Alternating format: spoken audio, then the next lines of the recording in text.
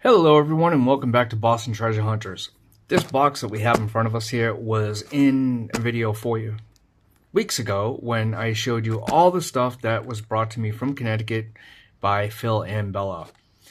Now, this box here I saved for last as this has already sort of been gone through. It's all pre-60s. Phil put all these together, counted them up. There's totals on the bags, he said. I really haven't looked at them yet, but what we're going to do is go through each one of these here to see what is in them. Like this one's labeled 195, and we'll see what else we got here real quickly. Saying 15 and 15. It looks like these are all each going to have 15 in them. That one is unmarked, so I'll have to count that up and see what's in there, and then we'll see what's in here. What I'm going to do is take all these out, dump them right in the middle, and see what we have. I just dumped out the first bag, and look, we get a euro cent in here.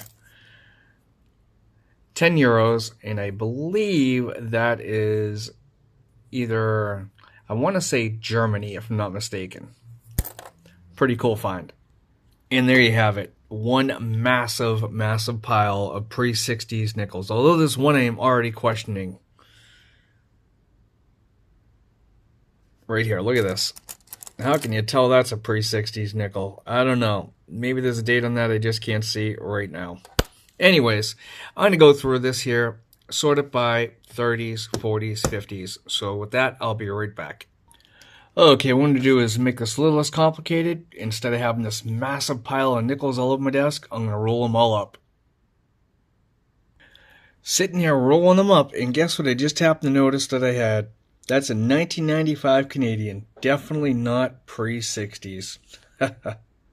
Okay, this might be a little while because guess what I just found right here? I believe that is a 1958 Black Beauty or misannealed nickel. Pretty sweet find. Okay, so I have them all rolled up, and I have a few other things here to show you as well. I don't know how that one got way over there. Put it right there. Okay, let me zoom out here just a bit. There we go. So there's $60 here even. If these were all nickels, US nickels, whatever, it would actually be $60.50. So there it is, the total of what is actually here. We do have an awesome right there. That has got to be a Black Beauty, 1958. I think that's great. Over here we actually have a Buffalo as well. And that is a 1928. And that is a Denver. Over here we have a God only knows what. I don't know how the heck he could have told that was 1960s or prior, but yeah. Then we have, moving on over here, these stacks right here is one unfinished roll that we didn't have. There was one other one I was looking for right up here. Okay, so we have a stack of Canadians. Then we have a Bermuda 2000 and I'm pretty sure that is a German 2002 10-cent euro. Let's take a look at the Canadians real quickly. Okay, so here are the Canadians. There's really nothing special here. They're all 80s and 90s. What I was looking for was any KG 5s, 6s, young heads, things like that, or anything before 1981, as those would have been mostly made out of nickel. I think it's 95% nickel, if I'm not mistaken. I don't think it's 100%. I could be wrong on that, so look it up if you're curious. So that's what we have so far. What I'm going to do now is go ahead and go through each roll of these right here, open them up, show you what we have for any interesting finds, because I'm not going to go through $60 of nickels each one by one. And we're going to see what we have. I could have missed a Canadian or something else in there as well, so we'll have to find out. One coin I forgot to show everybody is this right here. It's a really nice 1969 that's in great shape that might actually upgrade the album, I'm not sure. No full steps, but still a beauty. So I went through these loose stack that was over here. I didn't see anything too interesting except for these three here. And this one here is a 1938, but as you can tell, it's been cleaned. And the way you can tell is definitely looking at the back. It's a clean 1938, which is unfortunate. It is just a Philadelphia, but still, very unfortunate. Then we had a very torn up 1939. If I can get that to show up, there we go. and that is also a Philadelphia. And the one thing I didn't look for, though, is to see if there was any doubling on Monticello, which I don't see any. Let's see if we can get that to clear up a bit. And there we go. It's a little bit better. Sorry, a little bit of glare. And then we have a very nice 1959. I don't know if this is going to upgrade the collection or not, but we'll definitely take a look. Now I'm going to go ahead and pop into the first roll here, and I'll be back. Okay, so this is what I'm going to do as far as this mat is concerned and all the coins that I have to sort through. I have literally from here from 1940 all the way to 49, and it's going to be Philly, Denver, San Francisco. Same thing over here, and I do have a space in between them. Basically, if I get a 1950, it would be awesome. All the way down to 59, Philly, Denver, San Francisco. Over here are going to be the ones that I want to match up against the book. Like I'm actually going to pull out the Buffalo book here in a second to see if that 1928 Denver goes into the collection for that. And see if either one of these upgrade. So I'm going to be kind of bouncing this around a bit back and forth and keeping track of what we get, and at the end I'll tell you exactly what we have. But right now I already have the first roll sorted by year, not mint mark. We did end up with 139. It is a Philly. There is a 42 here as well, but that is also just a Philly, unfortunately.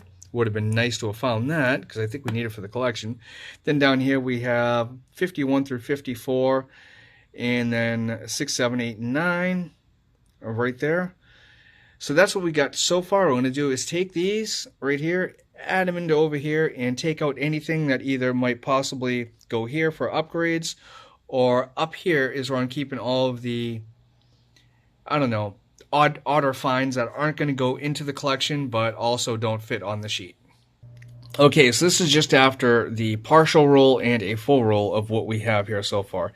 And again, these are all the 40 Phillies, the Denvers, San Franciscos, and as you can see, we don't have a lot of San Franciscos at all.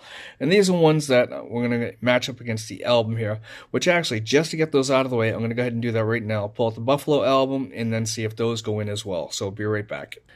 And I'm going to be doing this throughout this video, and yes, the Buffalo does actually go in there. We need it. This is our 19th Buffalo found to fill in this collection. How cool is that? And that's in there. Good. So there we go. Not too bad. Now I'm going to take a look at the other two, and I'll be right back. So here's the 1959 Denver that I found. They're literally just about the same. I'm not going to swap that out. Same thing here with the 1960. It's just too close to call, or excuse me, 69 Denver. Too close to call to see if one is better. I mean, the one up top might be a little bit better. It's just not really worth popping out to do. Because then the holes in these become loose, they fall out, and you lose the coin. So, okay, on to the hunt. Okay, just went through rules. Number 2 of this here, and we have two 1939s. This one here up top is just absolutely chewed up. They're both Philadelphias. I already did look, and did look on the back of this one here. I mean, you can still make out that there's no doubling on Monticello or 5 cents, excuse me. This one here I didn't look, however, so let's take a look at that one just in case. It is a Philly, I know that, but I didn't look, and I definitely don't see any doubling there at all. So down here we have the usual, here we go, let's clear that up. We have the 1940 through 42, we got another 42 Philadelphia, no Denver yet. Hopefully we'll get that soon enough. Then of course 46 through 49. And then we have 51 through 54, 55, 57, 58, and 59. So what I'm going to do now is split them into this here, see if we get any little mintage, key dates, things like that, and I'll be right back. Okay, buddy, so I'm back. We've gone through 3 rolls. We have 27 here. Actually, I'm calling this 31 rolls because it was $62. So, anyways, what we have here is all of that stacked up right here. And what I've done is every 3 rolls, I'm going to update you. And I actually just put this together rather quickly, so it doesn't look the greatest, but kind of fun to do. I didn't put the Civil War dates in there because I didn't think there was going to be any. And all the rest of the dates are here. And later on, I'm going to make another one of these, of course, with the war dates in there. And I'm going to have a list of all the key dates here. Anybody's interested in something like that, let me know.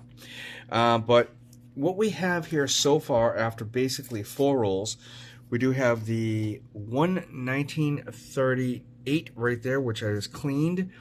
Then we have a small stack of 5 39s. That's those two are over there. Now over here are the 40s. We have a total of 67 1940s here. Then on the 50s, we have a total of 81. Significant dates in here. Of course, we have the 38 and the 539s I mentioned, but we do have one right here. It's a 69S, followed by, over here, we did just find a 1950 Philadelphia. And then following that, we have a stack right here of 1951 S's. There was only 7.7, almost 7.8 million of those made. So the fact that we have that many of those is amazing. Just below that, we have the 53S that we got. Then down here, this should, we do have a, let's see, 1958 as well right there. Those are the dates that we found so far. So what I'm going to do now is open 3 more rolls. I'm going to give you an update after every roll on here, and then at the end, move them over and give you another total. Just went through roll number 5 real quickly, and as you can see, tons and tons of 50s. The only one that is actually of any significance is going to be right here, a 1948S right there. Everything else is basically regular average coins. We did get another 39. Philadelphia, unfortunately, no mint mark and no doubling on Monticello. Okay, here's the second roll, and as you can see, this is definitely getting full real quickly. So what did we end up doing? Well, there's 2 rolls on here, so we ended up adding a 47S, another 48S, and a 49S for low mintage or key date coins on here. We didn't find a 42D yet. Hopefully we will soon. No 50s. We did find a 51 Denver, which is awesome, and we have the 51 San Francisco. Follow that with the no 52 or 53 San Franciscos yet. No 55s. And we do have 158. I'm going to go ahead and open another roll, and I'll be right back. Okay, after 7 rolls, here we go with the last 3. We did finally get a 1940S. That is actually the first one we have. Nothing really significant, just wanted to point that out. No 42Ds yet, although we have a nice stack of 42 Phillies going. Then down here we did add the 46 San Francisco, as we got one of each of all of those. Didn't add anything else significant in there. Then over here you'll see we have 4 1939s. Those are all right in here. Nothing with the 52S, 53S, or 54S. Did not find a 55 either, unfortunately, which is fine. We do have, of course, that 151 Denver that we did get. Moving on down here to the other ones, those are all stacked. We do have the 158 right there as well. And over here are a couple older ones from the 60s and 70s that I found in there as well. So what I'm going to do is clear all this off, stack it all up over here, and then I'll be back with roll number 8.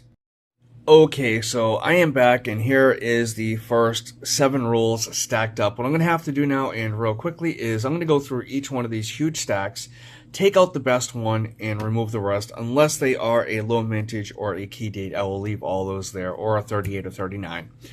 And this is actually going to do it for this portion of these videos here. I don't know how many I'm going to get in each video, but YouTube has limited to me to 15 minutes, so I have no choice but to end this now in order to continue this. So this is going to be part 1 of this series. We'll be back soon with part 2. Hope you enjoyed it as much as I did making it. Thanks again to Phil and Bella. See the links down below. And until next time, happy hunting.